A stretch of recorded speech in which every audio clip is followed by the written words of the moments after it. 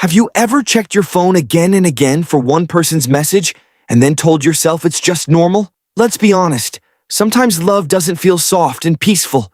It feels like a craving. You keep refreshing chats, stalking stories, replaying old conversations in your head, and overanalyzing one small okay like it's a secret code. And the crazy part, you know you're doing too much, but you still can't stop. That's when love slowly starts feeling less like a connection and more like an addiction. Think about how addiction works. You get a high, it fades, and then you chase it again. When that person texts you something sweet, your mood instantly lifts. You smile at your phone in public like you've just won the lottery. Suddenly, life feels exciting, but when they don't reply for hours, your brain starts creating stories. Did I say something wrong? Are they losing interest? Are they talking to someone else? Your peace starts depending on their attention. And that's where things get dangerous. The truth is, love and addiction feel very similar in the beginning.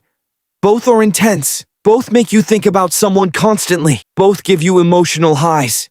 But real love adds stability to your life, while addiction creates instability. Love feels calm even when you're apart. Addiction feels anxious when you're not getting your next dose of attention. If your happiness rises and falls based on one notification, that's not romance. That's emotional dependency wearing a cute outfit. Most of the time, we're not addicted to the person. We're addicted to how they make us feel. The validation, the compliments, the idea that someone is choosing us. It fills an internal gap. Loneliness, insecurity, boredom, or the fear of being alone. When someone temporarily fills that gap, it feels powerful. But instead of building our own emotional strength, we start depending on them to regulate our mood, and that's when the attachment becomes unhealthy. Another sign of the addiction called love is ignoring obvious red flags. You see the inconsistency.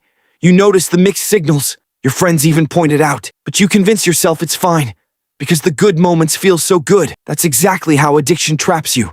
It highlights the high and makes you forget the cost.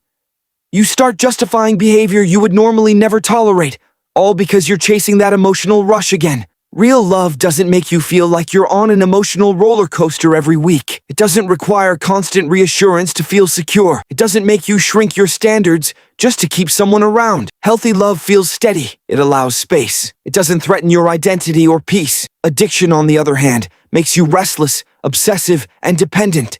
The hardest truth? Sometimes we don't fall for the wrong person. We fall for the feeling they give us. And until we learn to create that sense of worth and happiness within ourselves, we'll keep confusing intensity with intimacy. The addiction called love isn't really about romance.